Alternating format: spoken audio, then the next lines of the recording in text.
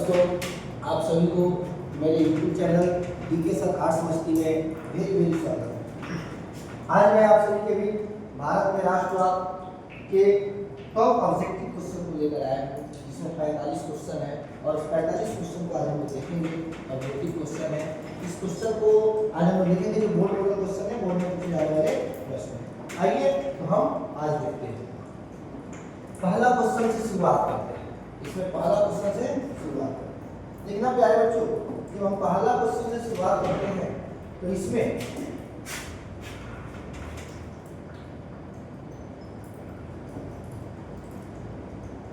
पहला क्वेश्चन से शुरुआत करते हैं तो यहाँ देखेंगे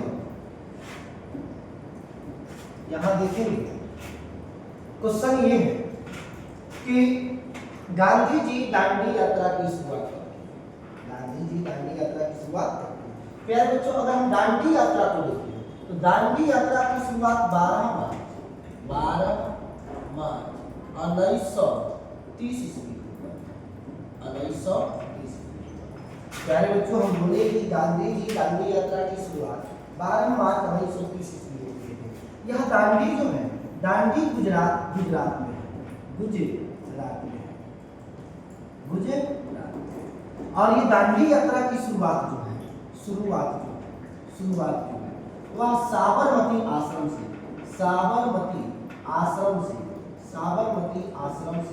किया गया। साबरमती आश्रम से 12 मार्च 1930 ईस्वी से किया गया। दांडी यात्रा की शुरुआत 12 मार्च 1930 ईस्वी को किया गया था। प्यारे बच्चों, ये टोटल दांडी यात्रा करने में 24 दिन का समय लगा था। यानी दांडी यात्रा 24 दिन पैदल चलकर गांधी जी 24 दिन पैदल चलकर 250 किलोमीटर की दूरी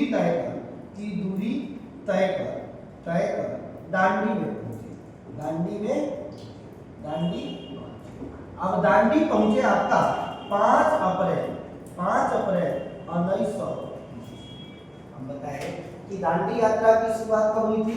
12 मार्च 1930 को। 12 मार्च 1930 को। इसकी शुरुआत कहां से हुई? गुजरात से। इसकी शुरुआत साबरमती आश्रम से हुई। साबरमती आश्रम से 12 मार्च 1930 को जब गांधी जी अपने 78 अनुयायियों के साथ जब दांडी यात्रा की शुरुआत की और नमक कानून का उल्लंघन करके जब पहुंचे तो 24 दिन तक यात्रा चला, जिसमें 250 किलोमीटर पैदल चला गया। 24 दिन में 78 अनुयायियों के साथ लेकर चले और 5 अप्रैल 1930 को दांडी में पहुंचे और 6 अप्रैल को प्यारे बच्चों दांडी के समुद्र से नमक बना करके नमक कानून का उल्लंघन किए और पूरे भारत के लोगों को यह बात बताने के प्रयास किए कि आज से किसी भी अंग्रेज के कानूनों को नहीं मानना है। अंग्रेज के विरुद्ध हम लोग को अंग्रेज के विरुद्ध यानी अंग्रेज के समर्थन में हमें किसी प्रकार के काम को नहीं करना है। यानी दांडी यात्रा नमक कानून उल्लंघन करके ये पूरे भारत में जो समुद्री तटीय इलाका है, उस सभी समुद्री तटीय इलाकों में लोगों ने दांडी यात्रा का समर्थन में और दांडी यात्रा के साथ चलने अवज्ञा की शुरुआत में लोगों ने नमक बना करके दांडी यात्रा की शुरुआत किया और सविनय अवज्ञा आंदोलन को आगे बढ़ाने का प्रयास किया। चलिए, इतना आप लोग समझ में आ गया। इसका राइट आंसर होगा 12 मार्च 1930। चलिए, इतना ऑब्जेक्टिव आप लोग 2 नंबर का क्वेश्चन लेके जा रहे साथियों। 2 नंबर जो क्वेश्चन है, गांधी जी ने असहयोग आंदोलन की शुरुआत कब की? आइए देखते हैं। गांधी जी ने असहयोग आंदोलन की शुरुआत क्या है बच्चों? गांधी जी ने असहयोग आंदोलन की शुरुआत क्या है बच्चों? 1 अगस्त 1920 ईस्वी को। 1 अगस्त 1920 ईस्वी को। तो प्यारे बच्चों, राइट आंसर क्या होगा इसका? आप लोग जल्दी कमेंट कीजिए। कमेंट करके 2 मिनट में बताइए इसका राइट आंसर क्या होगा प्यारे बच्चों? 1 अगस्त 1920 ईस्वी को गांधी जी ने आपका क्या किए थे? गांधी जी ने आपका असहयोग आंदोलन की शुरुआत। आइए समझते हैं असहयोग आंदोलन। प्यारे बच्चों, अगर हम देखें तो ये भारत का प्रथम जन आंदोलन था। भारत का प्रथम जन आंदोलन था। जन आंदोलन। प्यारे साथियों, आप लोग कमेंट करके बताइए कि यह असहयोग आंदोलन की शुरुआत कब हुई थी। तो 1 अगस्त 1920 ईस्वी को हुई थी, जो भारत का प्रथम जन आंदोलन था। इसमें भारत के कोने कोने से लोगों ने हिस्सा लेकर के असहयोग आंदोलन को आगे बढ़ाने का काम किए। ये भारत का प्रथम जन आंदोलन था। ये क्वेश्चन आपके ऑब्जेक्टिव में भी और सब्जेक्टिव में भी पूछा जाएगा कि भारत का प्रथम जन आंदोलन कौन था। तो प्यारे साथियों, प्यारे बच्चों, असहयोग आंदोलन। कौन आंदोलन? असहयोग आंदोलन की शुरुआत कब हुई थी प्यारे बच्चों? 1 अगस्त 1920 ईस्वी को हुई थी। आइए समझते हैं असहयोग आंदोलन जो है, ये असहयोग आंदोलन में महात्मा गांधी के द्वारा विदेशी कपड़ों का खूब बहिष्कार किया गया। यानी सभी लोगों से यह बताने का प्रयास किया गया कि जो भी अंग्रेजी सरकार जो अपने इंग्लैंड से कपड़ा ला करके हमारे भारत में बेच रही है, अधिक मुनाफा कमा रही है, कि कृपया कर आप उस कपड़े को न पहने, उस कपड़े को न खरीदें, यानी उस कपड़े को बहिष्कार करें। यानी आप ऐसे समझिए विद्यार्थी लोग सरकारी स्कूल छोड़ने लगे। जितने भी सरकारी कर्मचारी लोग हुआ करते थे, वो सारी कर्मचारी जो है अपना गवर्नमेंट जॉब को छोड़ करके महात्मा गांधी के साथ में आकर के और असहयोग आंदोलन को सफल बनाने में मदद की। फिर देखेंगे इसमें विदेशी कपड़ों का बहिष्कार किया गया। विद्यार्थी लोग अपने स्कूल कॉलेज छोड़ दिए और स्कूल कॉलेज छोड़ने के कारण प्यारे बच्चों, इसी असहयोग आंदोलन के तहत जब विदेशी वस्त्रों का बहिष्कार किया गया, विद्यार्थी अपना स्कूल कॉलेज छोड़ने लगे और सरकारी एम्प्लॉय जो है अपना सरकारी जॉब को छोड़कर के महात्मा गांधी के समर्थन में आने लगे। प्यारे साथियों, अगर हम देखें तो इसी के तहत जामिया इस्लामिया और BHU जैसे कि विश्वविद्यालय का स्थापना कर भारतीय बच्चे को पढ़ाने के लिए ये स्थापना किया गया। असहयोग आंदोलन के तहत क्यों किया गया? क्योंकि इधर विद्यार्थी लोग सरकारी स्कूल छोड़ने लगे, तो बच्चे को पढ़ाई के लिए चाहिए ना। इसीलिए महात्मा गांधी और उनके सहयोगियों को मिलकर भारत के लोगों ने मिलकर जामिया इस्लामिया और जैसे विश्वविद्यालय यूनिवर्सिटी का स्थापना किया। चलिए, इतना तो आप समझ गए कि असहयोग आंदोलन की शुरुआत कब से हुई और कैसे।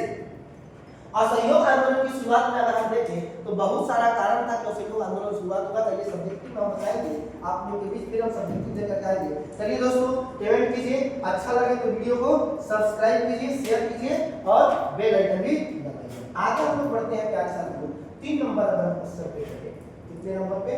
3 नंबर पे। तो यहाँ देखते हैं गांधी जी ने सविनय अवज्ञा आंदोलन का प्रारंभ किस कार्य के लिए किया था। बहुत ही आसान क्वेश्चन। गांधी जी ने सविनय अवज्ञा आंदोलन की शुरुआत जो था प्यारे बच्चों, वो किस कारण से किए थे, काहे किए थे, किस कार्य के लिए किए थे, उस चीज को बताइए। सविनय अवज्ञा आंदोलन के बारे में कुछ देखेंगे। सविनय अवज्ञा आंदोलन, जो इस आंदोलन का आरंभ किस कार्य के लिए किया गया था? तो पहला कार्य आमरण अनशन से कैसर हिंद का पदक वापस कर दांडी यात्रा से पूर्ण स्वाधीनता दिवस से बनाकर ये जो क्वेश्चन है सविनय अवज्ञा आंदोलन का प्रारंभ किस कार्य से हुआ था? तो प्यारे बच्चों, ये दांडी यात्रा के साथ सविनय अवज्ञा आंदोलन की शुरुआत किया गया था। दांडी यात्रा अभी बताए 12 मार्च 1930 ईस्वी को जब दांडी यात्रा की शुरुआत किया गया, इसके साथ साथ सविनय अवज्ञा आंदोलन की भी शुरुआत हुई थी। चलिए आगे बढ़ते हैं। अगला जो हमारा क्वेश्चन है 4 नंबर क्वेश्चन पे चलते हैं। प्यारे साथियों, अगर अच्छा लगे आप लोगों को तो वीडियो को लाइक करें, कमेंट करें और सब्सक्राइब भी करना ना भूलें और अपना एक नोटबुक निकालें और नोटबुक में लिखना शुरू करें। जिस चीज का आंसर आपको याद है उसका आंसर आप लोग कमेंट में जरूर करें और कि ये आंसर होगा। दिक्कत कोई हो तो आप लोग कमेंट करके बता सकते हैं। आगे देखते हैं प्यारे बच्चों, आगे जो है निम्नलिखित में किस समझौता को दिल्ली समझौता के नाम से जाना जाता है? ये जो दिल्ली समझौता है, दिल्ली समझौता को हम लोग गांधी इरविन पैक्ट के नाम से भी जानते हैं। गांधी इरविन पैक्ट के नाम से भी जानते हैं। इसको हम लोग गांधी इरविन समझौता के नाम से भी जानते हैं। इसको हम लोग दिल्ली समझौता के नाम से भी जानते हैं। ये दिल्ली समझौता गांधी जी और Lord Irwin, Gandhi ji plus Lord Irwin के बीच संपन्न हुआ था।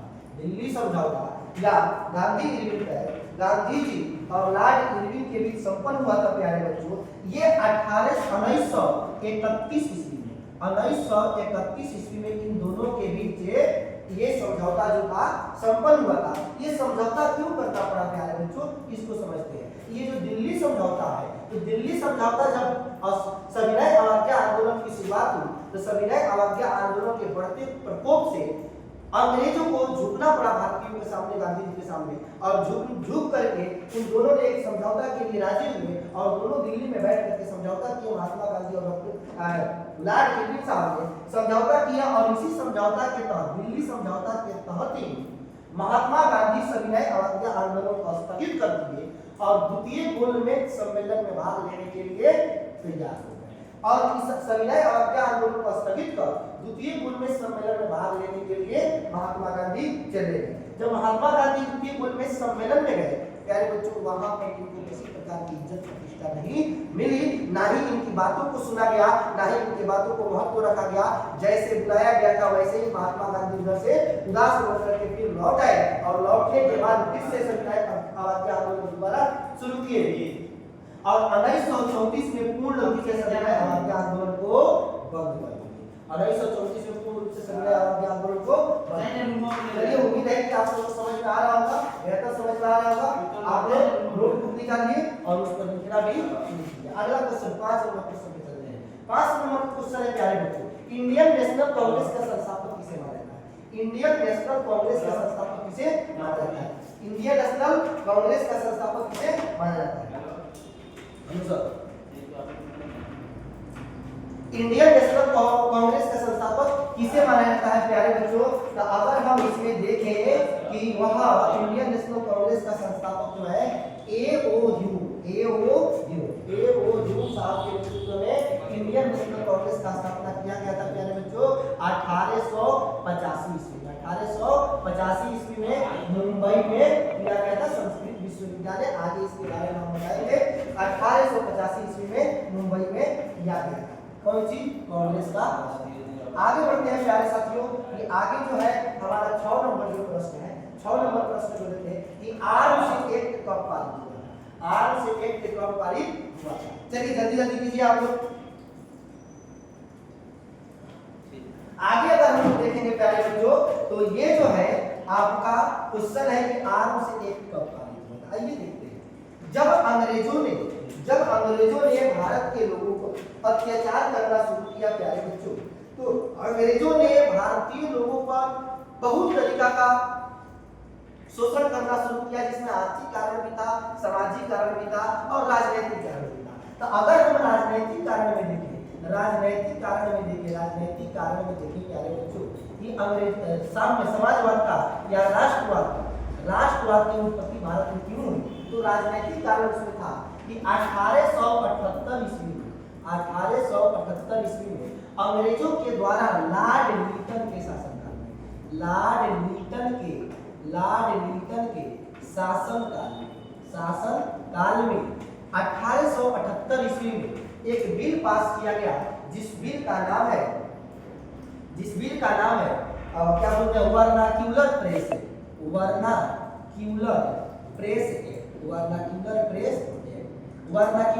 एक्ट पारित किया गया। और दूसरा देखें हम लोग प्यारे बच्चों, तो 1879 ईस्वी में आर्म्स एक्ट पारित किया गया। तीसरा देखिए प्यारे बच्चों, तो तीसरा को अगर हम देखें तो 1883 ईस्वी में इल्बर्ट बिल पास किया गया। ये जो 3 काम अंग्रेजों के द्वारा जो किया गया प्यारे बच्चों, जो भारतीय लोगों पर था, वो बहुत ही खतरनाक काम था, जिससे भारतीय लोग के अंदर जो थी गुस्सा और अंग्रेजों के प्रति बढ़ी, और अंग्रेजों के प्रति जब गुस्सा बढ़ा तो एक से एक लड़ाइयाँ हुआ, जिस लड़ाइयाँ में अंग्रेज भी झुके और अंग्रेज को लास्ट दम तक लड़ा करके भारत से भगाने का प्रयास किया गया। देखेंगे प्यारे बच्चों कि 1878 ईस्वी में जब वर्नाक्यूलर प्रेस एक्ट जब पारित किया गया अंग्रेजों के द्वारा भारत में, तो वर्नाक्यूलर प्रेस एक्ट के तहत प्यारे बच्चों भारतीय प्रेसों पर इस प्रकार पाबंदी लगाई गई इस प्रकार पाबंदी लगाई गई कि भारतीय जो लोग हैं, भारतीय प्रेस वाले, मीडिया वाले जो लोग हैं, अंग्रेजों की कमी को नहीं दिखाएंगे, अंग्रेजों की कमी को नहीं दिखाएंगे। वो सिर्फ अंग्रेजों की बड़ाई यानी अच्छाई को दिखाएंगे, अंग्रेजों की कमी को पेपर में नहीं छापेंगे, जिसके कारण भारतीय लोगों को मालूम चले और भारतीय लोगों के प्रति, भारतीय लोगों के मन के अंदर अंग्रेजों के प्रति विरोध। इसीलिए वर्नाक्युलर प्रेस एक्ट पारित करके अपनी कमियों को छुपाने का प्रयास किया अंग्रेजों ने। 1879 में आर्म्स एक्ट जब अंग्रेजों ने पारित किया कैबिनेट, तो आर्म्स एक्ट का मतलब हुआ कि इस एक्ट के तहत भारतीय लोगों ने अपने सुरक्षा के लिए किसी प्रकार की हथियार को नहीं रखेंगे। यानी आर्म्स एक्ट के तहत भारतीय लोगों को किसी भी प्रकार का हथियार को रखने से मना। 1883 में जब इलबर्ट बिल पास किया गया कैबिनेट को, तो इलबर्ट बिल के अनुसार अगर हम देखें, इलबर्ट बिल के अनुसार, तो इलबर्ट बिल एक ऐसा बिल था जिसके तहत जितने भी अग्रवाल के चलिए अंग्रेज में और भारतीय लोग में अगर किसी प्रकार का लफड़ा होता है, तो इसकी जो मुकदमा है वह अंग्रेजों के ऐसे अदालत में चलाई जाएगी, अंग्रेजों के ऐसे अदालत में चलाई जाएगी जहां पर जज, जहां पर वकील, यानी जहां पर बड़े बड़े अधिकारी जितने भी है, जिनके हाथ में फैसला देने का अधिकार है, वो सब अंग्रेजी लोग हुआ करते थे। यानी वैसे अदालत में नहीं होगी जहां पर भारतीय लोग जज के रूप में बैठे थे, फैसला करने बैठे थे, वैसे अदालत में नहीं होगी। इस प्रकार के द्वारा अंग्रेजों के द्वारा भारतीय लोगों पर अत्याचार। उम्मीद करते हैं कि आप सभी को समझ में आ गया होगा। चलिए आगे बढ़ते हैं। आइए अगला क्वेश्चन जो 7 नंबर हम देखेंगे, लखनऊ समझौता किस वर्ष का है? प्यारे बच्चों, बहुत ही इंपॉर्टेंट प्रश्न है ये, एग्जाम में पूछे जाने वाले 100% प्रश्न है, कई बार एग्जाम में पूछा गया है। इस तो आप लोग लिख लीजिएगा और इसको हम थ्योरी में भी बहुत बेहतर तरीका से आप लोगों को बताया है कि ये लखनऊ जो समझौता है, लखनऊ समझौता आइए थोड़ा सा देखते हैं। जब महात्मा गांधी दक्षिण अफ्रीका से 1915 ईस्वी में जब दक्षिण अफ्रीका से प्यारे बच्चों महात्मा गांधी भारत आते हैं, तो उन्होंने 1916 ईस्वी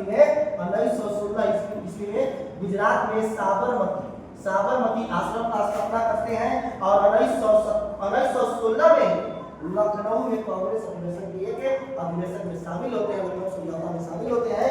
और लखनऊ समझौता में शामिल जब होते हैं, समझौता लिखा गया है समझौता में शामिल होते हैं। वहीं पर चंपारण के एक व्यक्ति थे राजकुमार शुक्ला, और राजकुमार शुक्ला ने यहाँ की किसानों की बर्बरता और दयनीय स्थिति को देखते हुए महात्मा गांधी के पास जाकर मिले और महात्मा गांधी से आग्रह किए कि आप एक बार मेरे चंपारण में चलिए और वहाँ के मजदूरों को, वहाँ के किसानों की स्थिति को देखिए कि वहाँ पर अंग्रेजों के द्वारा कितनी अत्याचार किया गया। महात्मा गांधी लखनऊ समझौता छोड़ करके तो चंपारण में आए प्यारे बच्चों, तो आपका राइट आंसर क्या होगा? 1900। चलिए फिर हम लोग बोलते हैं।